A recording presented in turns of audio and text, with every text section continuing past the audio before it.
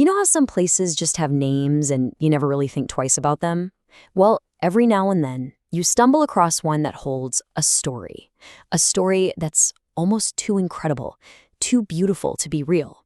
And that's exactly what we're diving into today. We're going to find out how a tiny village in India got its name from a little girl who, as the story goes, became the sister of a god. So how does a village, a whole community, end up being named after a 5-year-old girl? I mean, think about that. It's a story that's absolutely packed with profound loss, but also this incredible, unwavering faith, and a miracle that changed everything. The village, you see, it used to just be called Patapur, but to understand why it's not anymore, we have to start at the beginning. We have to understand who exactly was Malati. All right, so let's go to this village, Patapur. We're focusing on one family living a pretty simple, happy life. But that is all about to be completely shattered. You know, there's a saying that even the mightiest of warriors surrender before the cruelty of fate. And for this family, well, fate was about to be exceptionally, heartbreakingly cruel. And it just happened so fast. Boom. First, Malati's father is gone, taken by a snake bite. Malati's just 3 years old. Then, only 2 years later, and this is just a gut punch, her 5-year-old brother dies in the exact same way. It's an unimaginable amount of loss for one family to have to go through. So now you have 5-year-old Malati and her mother, completely alone and with absolutely nothing. They were just surviving on whatever little money the mother could scrape together from odd jobs. I mean, we're talking about eating one meal and then just fasting, praying they'd have something for the next. This life of constant hunger, this desperation, it's what sets the stage for the incredible journey that's about to unfold. And it's right here, in the middle of all this poverty and sadness, that a child's simple, innocent wish is going to spark something almost divine. It all happens during Rakhi Purnima. Now, if you don't know, this is a huge festival where sisters tie a sacred thread called a Rakhi on their brother's wrists as a symbol of love and protection. So little Malati sees all her friends buying these beautiful Rakhis, and of course, she wants one too. She insists. Her mother, heartbroken, reaches into a fold in her sari and pulls out a single 10 paisa coin. Think about that. That's literally all the money she has in the entire world. And this tiny coin, this symbol of just how poor they are, is about to become the catalyst for the entire story. With her new Rakhi in hand, Malati comes home and asks her mother this question that is just so simple but so completely heartbreaking. She's only 5, right? She's too young to really get that her brother is gone forever. And for her mom, hearing these innocent words, well, you can just imagine all that grief just comes rushing right back. So in this moment, a mix of total despair, but also this incredible deep faith, her mother gives her an answer. She tells her, your brother, his name is Jaga Bhai, and he lives in the Sri Mandir. That's the great temple of Lord Jagannath. And Jaga, by the way, is a common nickname for the Lord. And just like that, she sends her little girl on a quest to find the brother she herself can no longer see. And Malati, with that pure, unshakable belief that only a child can have, takes her mother's words as the absolute gospel truth. So before the sun is even up, this 5-year-old girl sets off, all alone.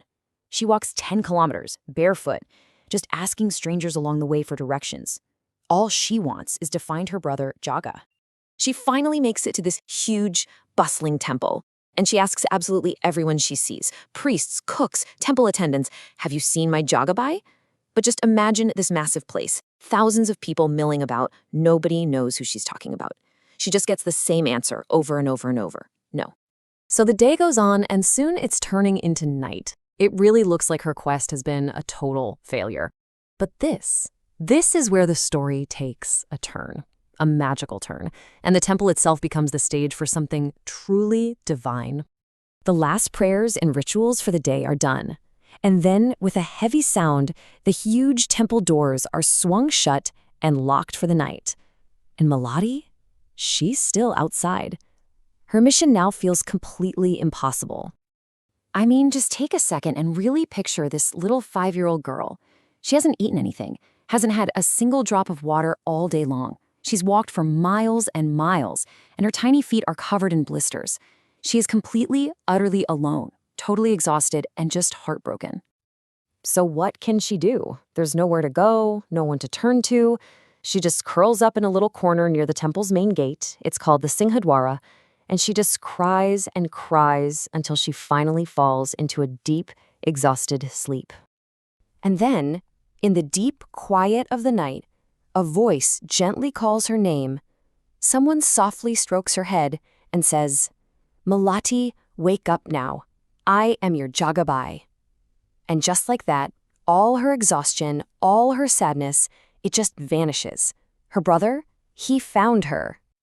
She is absolutely overjoyed. She takes out her little Rakhi and ties it right on his wrist.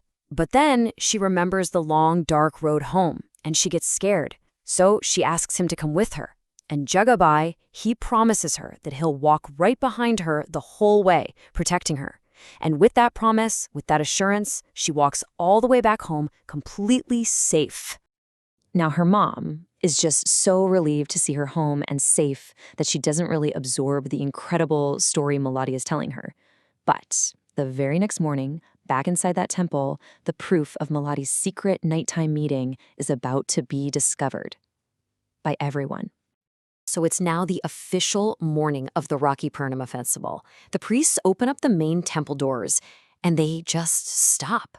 They're stunned, because there, on the wrist of the main deity, Lord Jagannath himself, is a simple, handmade Rakhi. But how? How is that possible? The shrine was locked all night.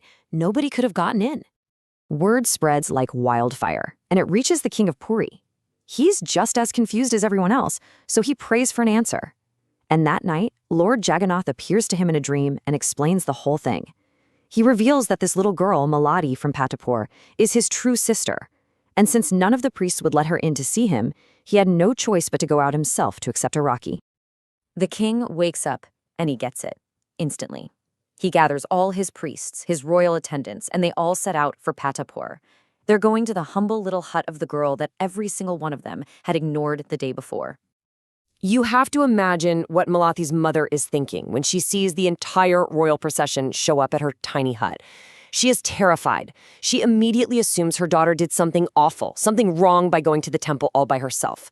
So she just falls at the king's feet, begging for forgiveness, pleading with him to punish her instead of her child. But then, the king does something absolutely astonishing.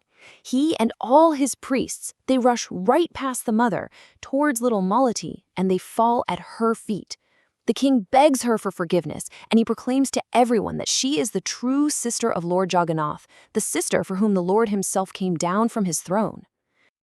And that brings us right back to our original question. From that day on, to honor this little girl in the miracle that happened, the king officially renamed the village. Patapur was no more.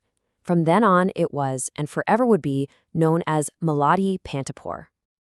So what do we take away from a story like this? Look, whether you see it as a literal, divine miracle or just a beautiful piece of folklore, it's an incredible testament to the power of innocent faith, right? It just makes you wonder, what kinds of amazing things are possible when belief is that pure, that strong? So strong that a 5-year-old girl would walk 10 kilometers all by herself just to find her brother?